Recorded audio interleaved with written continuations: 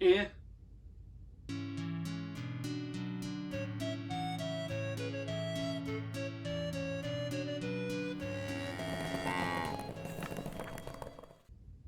Hi everyone, I'm Jacob, I'm the Cowhat Librarian, and I'm here tonight to talk about Mo Willems' newest picture book.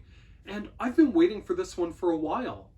While I still worked as a children's librarian, I found out this was coming out, placed 3 copies on order as quick as I could, and placed a hold on it as soon as the on order records showed up in our system catalog, so that right after the release date I would have my hands on The Pigeon Will Ride the Roller Coaster.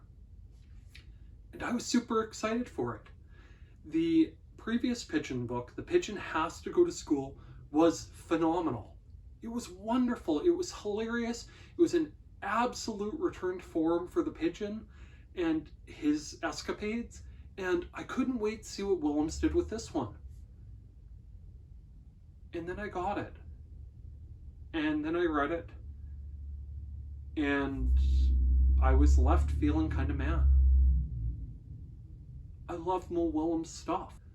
A few colleagues and I have discussed Mo Willems in the past, and we universally agreed that in a lot of ways he is this generation's Dr. Seuss.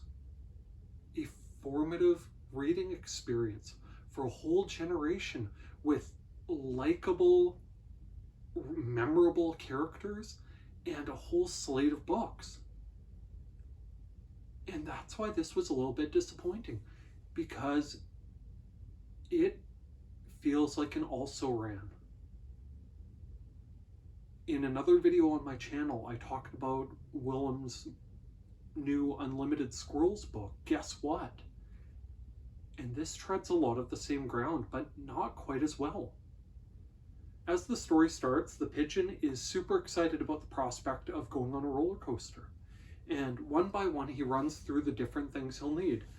He'll need a ticket, he'll have to wait in line, and he'll eventually get to ride the roller coaster. And it's full of the Pigeon's normal antics. He gets really bent out of shape about something, he builds something up in his mind, and in the end, it's not quite what he expected. And it's fine for what it is, but there felt like there wasn't really a build-up. The Pigeon waffles between, I'm going to have to do this, yeah, but I'll do it. I'm going to have to do this, but I'll do it. I'll have to get a ticket, but I'll have a ticket. I'll have to wait in line, but I will be patient. There's no build-up, there's no payoff. It just bounces from one thing to the other, and none of it seems to matter. The previous books, the best of the Pigeon books, involve him in a major conflict right from the get-go. He wants to drive the bus. He doesn't want to go to school. He doesn't want to take a bath. And it's him opposing that thing and working against it and finding excuses for not participating in it. And, or in the case of the bus, for wanting to drive it. And this one lacks it. And as I said, Guess What? Was a much better take on this concept, as the squirrel had all these daydreams, all these ideas about how great the trip to the beach was going to be and how excited he was.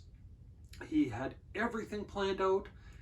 He was counting down the days excitedly, and sure, the end result was disappointing. But planning the trip to the beach was incredible.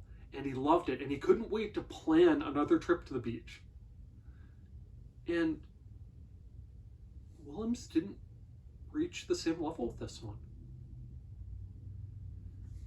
If you like the Pigeon books, go ahead, go read it. Go borrow it from your local public library. But for previous Pigeon books, I would have advised you to run out and buy it. In this one, I would say try it first. And although I've already been talking about the things I was disappointed with, there are going to be spoilers ahead because I have to talk about the major deal breaker.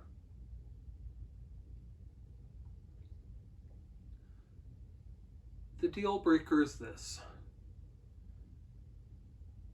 While I could understand the Pigeon's rapid change of feeling earlier in the book, there needed to be a payoff at the end.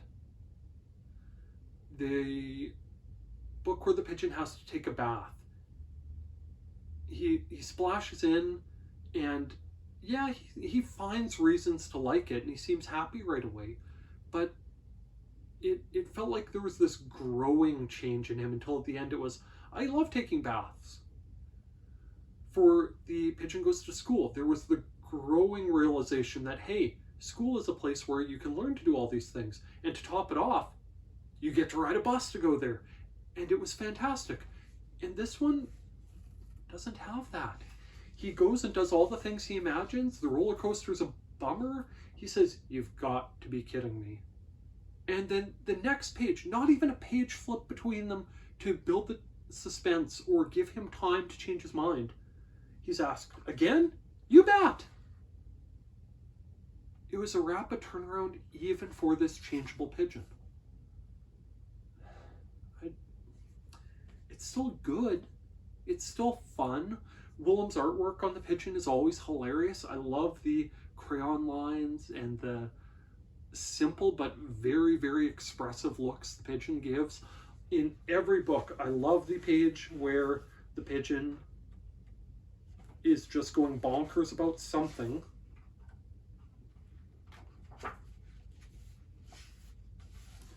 I love these pages and the frenetic energy and the chance that it gives a storyteller to just sort of let loose for a moment while they're reading the book to an audience.